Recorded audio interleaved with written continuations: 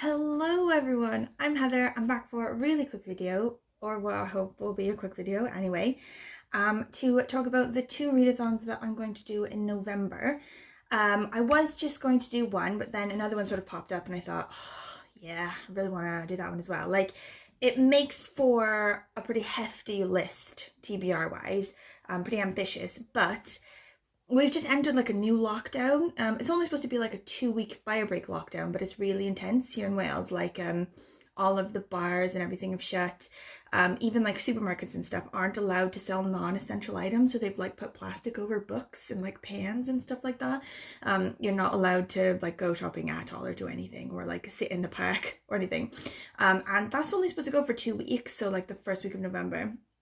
But I sort of foresee sort of a lot of that throughout the winter, to be honest, and like just anyway, November's not looking good. So what better month than to just like have a really ambitious TBR list. So the first readathon that I'm going to do is Nonfiction November, which I really wanted to do last year but ended up doing something different. I can't even remember what I did. I think it might have been Believeathon, which was awesome, to be honest, but Nonfic November is where it's at. I do not tend to read a lot of nonfiction.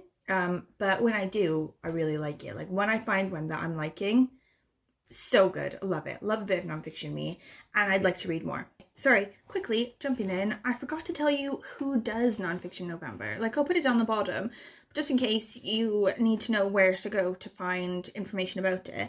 It's Olive at Book Olive, Sabrina at Steakicino, Natalie at Curious Reader, Jill at Book Bully, and Andrea at Infinite Text. So I always sort of find out about this one through Olive, I think because I just like stalk her channel literally all the time. But I have gone through and looked at the other ones for the other team, and they are really good. So I'll put them all below. So for the readathon, they have prompts. But they're not like really intense. Like, they're just words basically that you do word association with the book, and like they could just basically be attributed to any book, honestly, which is what I've done basically.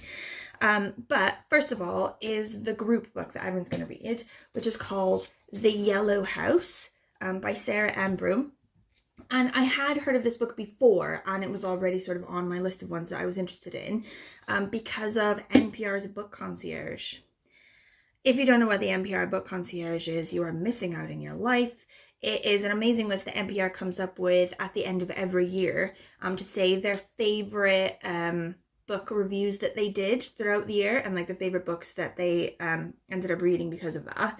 And it's amazing. They like do it based on like things that you put in, like, oh, I want this kind of book, and then it pops up with all those ones. It's like a short summary or whatever.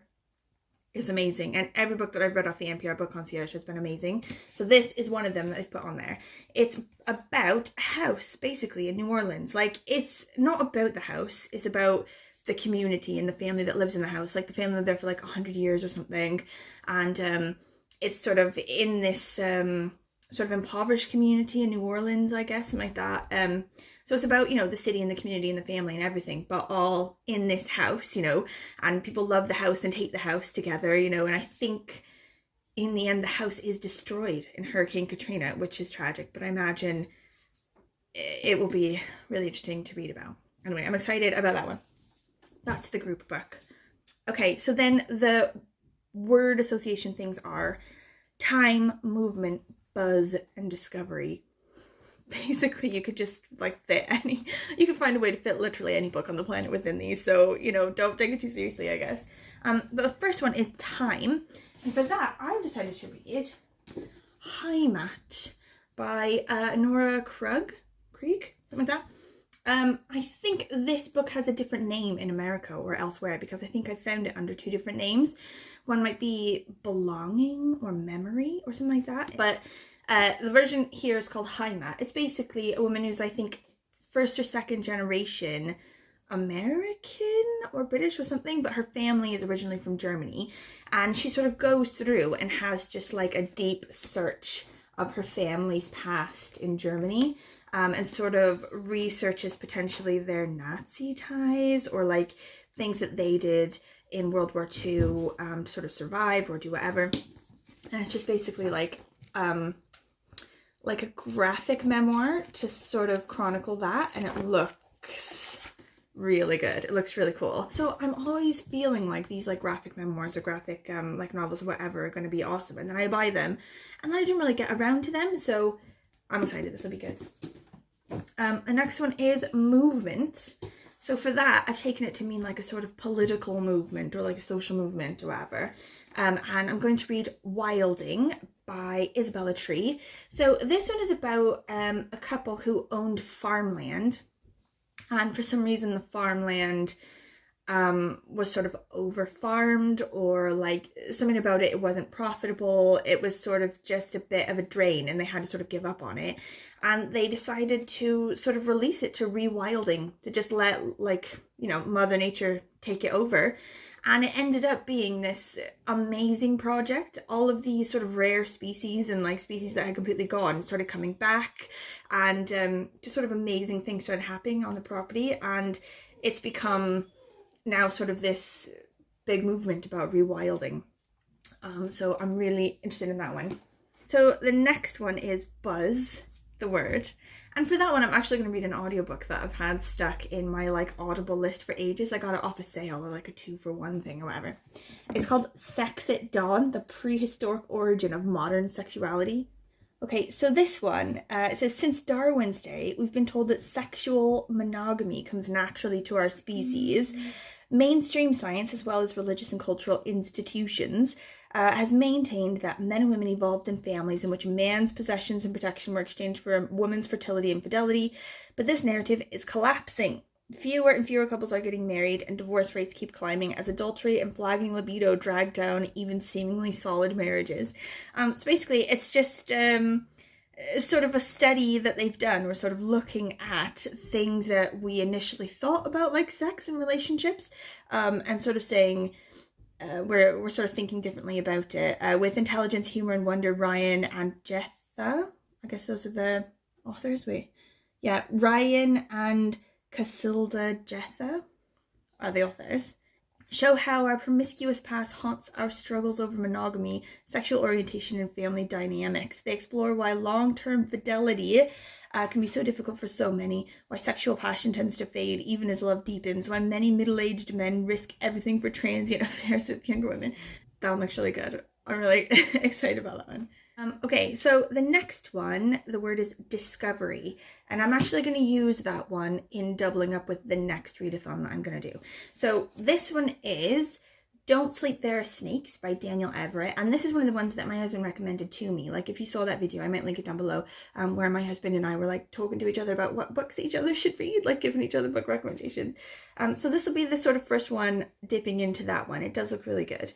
It's about this guy. He was a Christian missionary, so he went into Brazil, to these sort of native tribes in Brazil, trying to sort of convert them to Christianity, and in the end, he stopped being Christian. He sort of gave that up, basically, and turned into this guy who's just like obsessed with this tribe and did loads of studying of them, particularly linguistically. So instead, he found language that defies Chomsky's linguistic theory and reflects a way of life that evades contemporary understanding. The Piraha, so that's the group of them, have no counting system and no fixed terms for color. They have no concept of war or of personal property. They live entirely in the present. This just sounds incredibly interesting. Like, I love the cover as well, like this guy. And I'm gonna buddy read that also, I think.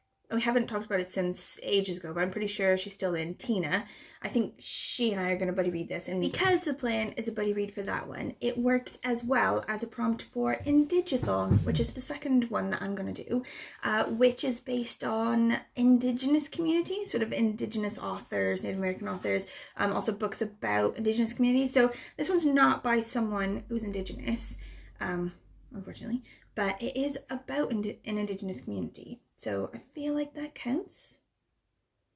I don't know. Now that I'm thinking about it, maybe it does count. Okay, I'm going to do it anyway. I feel like it's going to be fine. But the Indigathon is the new one that I've seen recently, and I'm super excited about because I do love books about Native Americans, or like by Native Americans or whatever. And this one is run by Brody at Etu Brody, and also Michelle at Thor Wants Another Letter. So they're running this one, and they've got prompts laid out as well. So I think last year they did like a huge board of squares for prompts, and this year they've sort of cut it down a bit, which works for me, to be honest. Okay, so the first one that I'm going to do is the buddy read. Obviously, that's the prompt to do with Don't Sleep There, Snakes. And then there's one that's new to you. And I decided basically for this one, I was instead going to load up on audiobooks. Last lockdown, I didn't deal well with like trying to focus on books a lot of the time. I was sort of like really anxious. I think I'm doing better with this new one, mainly because Nero, Cafe Nero, is still open for takeaways, which is a huge mental health booster for me. But also because it's only 2 weeks. I know that it's 2 weeks, it's going to end in 2 weeks. And also my kids will still be in school for like the second week of the lockdown, which was a huge problem for me before as well. But just in case I'm having a bit of a problem sort of focusing without being, you know, able to go out to the pub or like whatever and meet friends, audiobooks was something that was working really well for me last lockdown. I was able to sort of lay in a dark room and listen to an audiobook, or sort of look wistfully out the window at nobody and nothing, and listen to an audiobook as well. So for a lot of these prompts for Indigathon, I've decided to sort of load up on that. And the first one, which is the new to you prompt, which is The Only Good Indians by Stephen Graham Jones. So Shan on Past Story Time, she's been talking about this one for a while, and she said it was really good. And then after that, I started seeing it everywhere, and people saying it's really good. Like, I initially waved it off because it's a horror book, and Heather doesn't do horror. But so the way they were talking about it sounds more to do with like gore and less to do with like super scary things, and I think I'll be okay with that. I think I'm fine with that. Basically the idea is these Blackfoot tribe members, or these sort of Indians, go out hunting, and then everything sort of falls apart. Like the hunt goes really bad, people start dying, there's like a creepy creature that kills a dog, which I'm not into, but I'm into a creepy creature, me.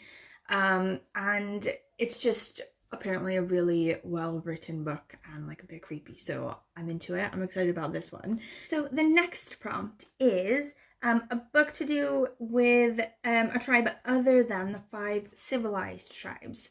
So I didn't really know what the 5 civilized tribes were, so I've gone into the Googles, as you do, and come out grim. Probably loads of you already know what this is because you're better at things like this than me, but I will just quickly say. So the 5 civilized tribes are the Cherokee, the Chickasaw, the Choctaw, the Creek or Muskogee, and Seminole. And the reason they're called these civilized tribes is because they're sort of the first 5 tribes that white people came up against when they first moved to America from Europe. And they were deep into the idea of, all right, okay, we can live together, but first we're going to have to make them white, I guess, is basically what has happened.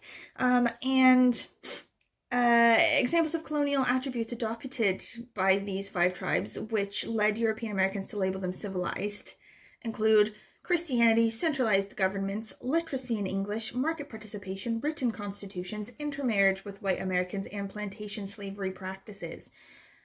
So that's what makes them the 5 civilized tribes. I reckon potentially then moving further west from there, they gave up this and we're like, it's not going to work. We're not going to be able to make them white and be friends with them. We're just going to have to kill them. So this has just led me to a grim place. But anyway, this book that I'm going to read for this one is called Murder on the Red River by Marcie Rendon, who is a enrolled member of White Earth Anishinaabe. And they are a collection, I guess, if you will, a sort of confederacy of Odawa, Salto, Ojibwe, Potawatomi, Oji Creek, and Algonquin.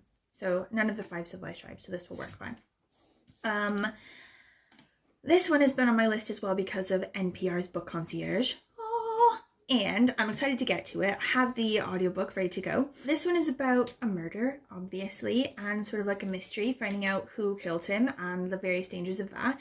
But it also looks like a sort of relationship type one, like one where it's got a really good relationship between the main characters. So Cash and Sheriff Wheaton make for a strange partnership. He pulled her from her mother's wrecked car when she was 3. He's kept an eye out for her ever since. It's a tough place to live, northern Minnesota along the Red River.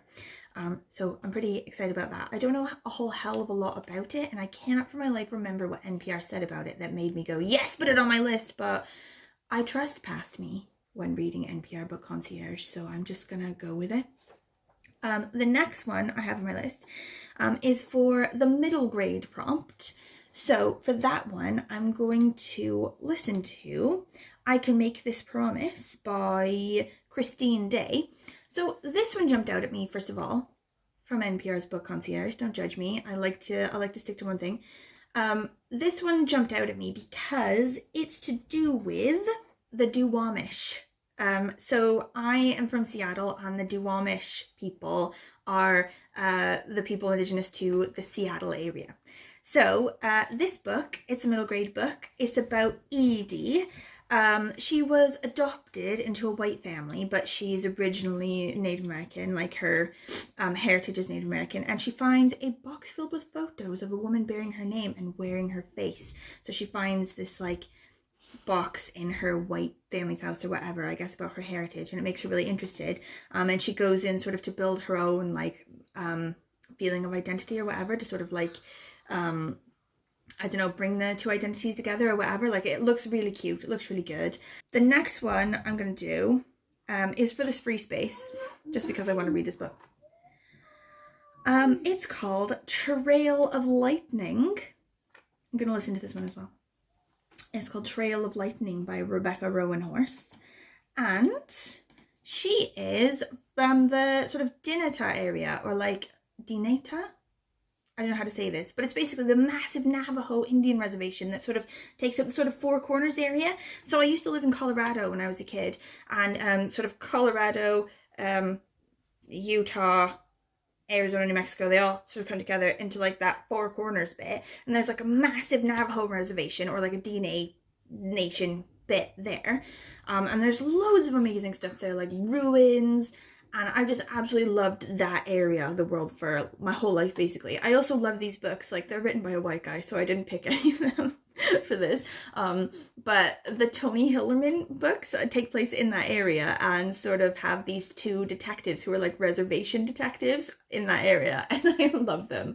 I love that part of the world. Like, I went to Mesa Verde as a kid and just fell in love. It's amazing there. Anyway, so this Trail of Lightning takes place there. This woman is Navajo, or Dine, and apparently it's like a dystopian sort of in the future type thing, where sort of the modern civilization has fallen, and the Navajo area, the Dinata area, has become its like own country, and it's independent.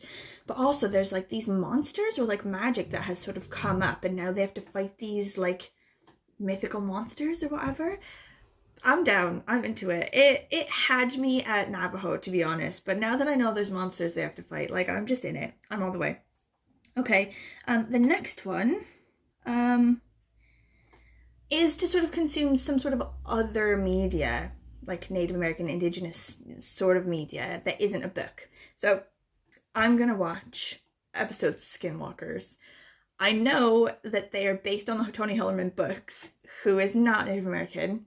But they're directed by a Native American man. I can't remember his name. I'll look into it now and like put him up. But it's actually like proper like Native Americans as actors and like director and stuff like that. So I feel like it's okay, even though it was like written by a super white guy. And I love them. I love these Skinwalkers things. I used to watch them in the 90s on TV, and they're just fantastic. They're based on these books, and I love the books. I just love them. So anyway, okay, so the next one is a book that takes place somewhere other than the US. So I could have used my Don't Sleep There Are Snakes one, but I've used that for something else. So instead I'm going to use this one, Paying the Land by Joe Sacco. So Joe Sacco is a white guy, but I saw this one on Sean the Book Maniac's channel, and he's going to read this one for Indigathon. I feel like if he is going to do it, it's okay. I think he has another one about Palestine, but I'm not sure. Anyway, it is a graphic novel / memoir type thing about an Indigenous community in Canada, I believe. The Dene have lived in the vast Mackenzie River Valley since time immemorial. Subarctic Canadian Northwest Territories. Against a vast and gorgeous landscape that dwarfs all human scale, paying the land lends an ear to trappers and chiefs, activists and priests, telling a sweeping story about money, dependency, loss, and culture, with stunning visual detail by one of the greatest comic reporters alive. Okay, I'm excited. I want to read that one really bad. Okay, so the next one, I'm not sure if I'm going to do the next two books because I don't have them. I don't have the audiobooks of them and I don't have them physically in my house. But they do still look good. I am sort of still interested in them. So I think I'm just going to try to clear out all the ones above that. And then if I still have time left over, I will work on acquiring these other ones. So one of them is for the square intersectionality. So like the intersection of two marginalizations. So for that, I want to do Heartberries, which I've heard loads about, and it is on my list and I do want to get to it. I just don't know if I'll get to it in November. It's about a Canadian Indigenous person. She grew up on Seabird Island Indian Reservation, which is in British Columbia, which actually is quite near Seattle, where I'm from. And it's written by Terese Marie Mailhot, probably, because she's Canadian, French, yeah? I don't know. But anyway, she started writing this memoir when she was like sectioned or like sort of in a mental health institution because she has, I think, bipolar or PTSD and bipolar or something like she had to be sort of sectioned at some point. And so the two marginalizations that I've sort of put together here are she's Indigenous and also the sort of marginalization that comes around mental health. But loads of people who've read this on BookTube and sort of elsewhere have been like, it's absolutely gorgeous. The writing is gorgeous. It's just a gorgeous book. And I do really want to get to it. I'm just not sure I can deal with like the intensity in this lockdown period. Like I want to read lighter things, I think, than sort of like something that's just gonna like crush my soul all the way down to nothing. Anyway, and then the next one is the group book, which does look really cute. It's called Heartbeat Braves by Pamela Sanderson, and it looks like quite a cute little like romance with two people sort of meeting at the Crooked Rock Urban Indian Center. It looks cute and I do want to read it, but I'm not sure if I'll get to it. I don't know, it hasn't sort of spoken to me in the same way that these other ones have spoken to me, so I'll have a think about it. I'll sort of like watch out on BookTube as well for like other people reading it throughout the month and see if they're like, oh yeah, that was really good, or if they were like, you know, could have done without. But yeah, that is it. Those are the books that I'm going to read for November, hopefully, and encompassing the two readathons. If you are also doing any of these readathons, one of them or both of them or whatever, and you have like a bitchin' list, please let me know. I want to watch your thing on it, or you can just tell me whatever. If you have any comments about any of the books that I've read, if you want to correct me on literally anything that has come out of my face during this video, please do so that I can quickly retract. Or if you just sort of have any comments about anything, please put them down in the comment section. I'm 100% in it for the comments. Right, I will see you next time. Bye!